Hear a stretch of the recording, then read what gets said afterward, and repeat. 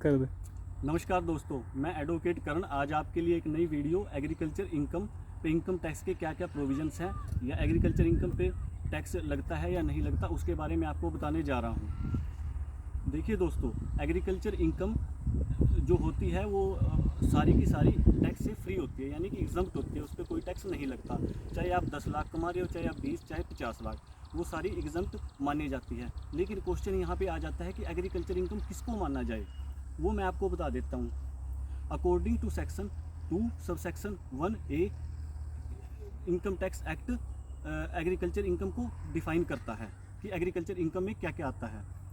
सबसे फर्स्ट, जो भी आप फसल उगाते हो अपने खेतों में, वो जब आप मंडी में जाके बेचते हो तो वहाँ से आपको जो इनकम आती है, यानी कि डायरेक्ट आपके अकाउंट में आती है, DFSC से लगा लो, FCCI से लगा लो, वो जो सारी की सारी एग्जम्प्ट होती है, यानी कि वो एग्रीकल्चर इनकम मानी जाती है।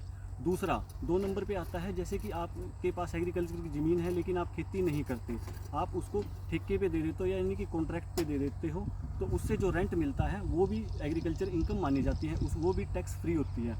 तीसरे नंबर पे आता है, आपने कोई फार्म हाउस खोला हुआ है जिसमें एग्रीकल्चर प्रोड्यूस से लेकर एक्टिविटीज़ होती हैं, वो भी सारी इनकम एग्जम्प्ट होती है। नंबर 4 पे आता है कि हम जो एग्रीकल्चर इनकम है, कोई पार्टनरशिप फर्म बनाते हैं और वो एग्रीकल्चर का बिजनेस करती है, तो उससे भी जो पार्टनर को इनकम होती है या उस पर जो ब्याज मिलता है वो भी सारा टैक्स फ्री होता है।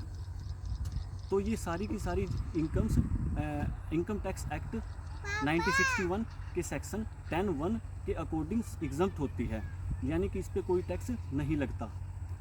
लेकिन कुछ एग्रीकल्चर इनकम ऐसी होती हैं जो पूरी की पूरी टैक्स फ्री नहीं होती, कुछ टैक्स फ्री होती हैं और कुछ उन पे मतलब टैक्स लगता है।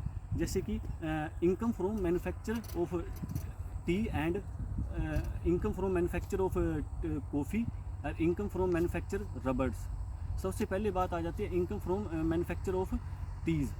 इसमें ये 60% तक तो टैक्स फ्री होती है, लेकिन 40% ये टैक्सेबल होती है। जैसे कि किसी ने 100 रुपये कमाई टी के बिजनेस से, चाय पत्ती के, तो उसमें 60 रुपये तो टैक्स फ्री हैं लेकिन 40 रुपये टैक्सेबल हैं।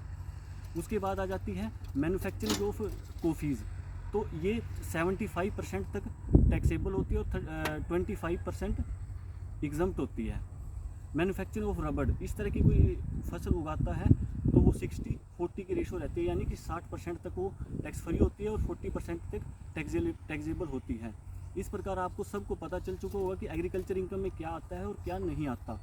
लेकिन यहाँ पे दूसरी बात आ जाती है, अगर कोई पर्सन एग्रीकल्चर से भी पैसे कमा रहा है और नॉन एग्रीकल्चर से भी, नॉन एग्रीकल्चर सपोज करो कोई सैलरी पर्सन है या उसका कोई बिजनेस है, यानी कि टैक्सेबल इनकम एग्रीकल्चर इनकम भी और नॉन एग्रीकल्चर इनकम भी, तो ये सारी की सारी इसकी इनकम टैक्स के अकॉर्डिंग कैलकुलेशन होती है और उस पर टैक्स के प्रोविजंस लगते हैं, उस पर टैक्स की कैलकुलेशन होती है और उसके अकॉर्डिंग उनको टैक्स पे करना पड़ता है। आई होप आपको ये वीडियो अच्छी लगी, कमेंट कर दें। Thank you.